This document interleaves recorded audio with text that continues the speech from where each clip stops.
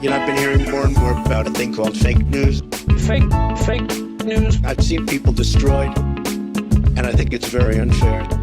Hello and welcome to the Scorcher Report. News that burns.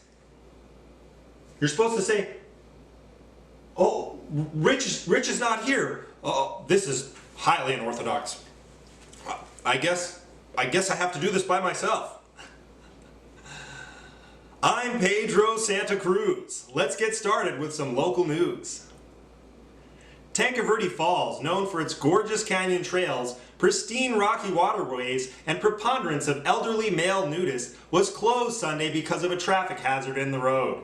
This disappointed many hikers, especially those in Sabino Canyon, who unexpectedly encountered every gym bathroom you've ever been in. Lemon Party! Gold's Gym announced this week they will file for Chapter 11 bankruptcy after the company closed 30 locations across the country.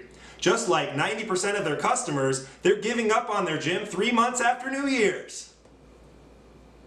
The New York Times took home 3 Pulitzer Prizes for their investigative reporting on Vladimir Putin's regime. The award comes with $50,000 in prize money and an all-expense-paid trip off a 20th floor balcony. Murder hornets are being blamed for destroying thousands of beehives in Washington state. Said the murder hornets, allegedly. You know, I don't see what all the buzz is about.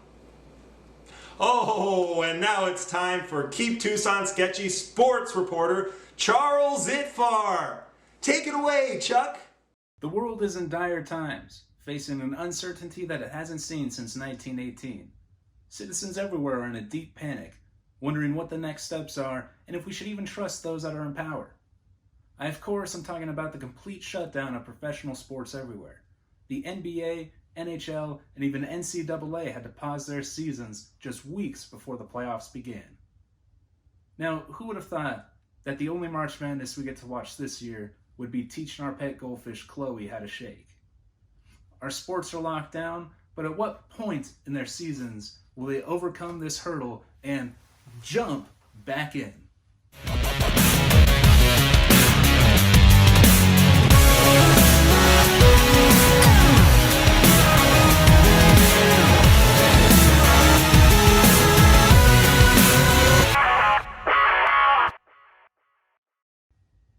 The NBA regular season ended 5 weeks early, and with things not looking great for an end of May start, looks like the champion won't be crowned until late September, which would interfere with the start of the NFL season.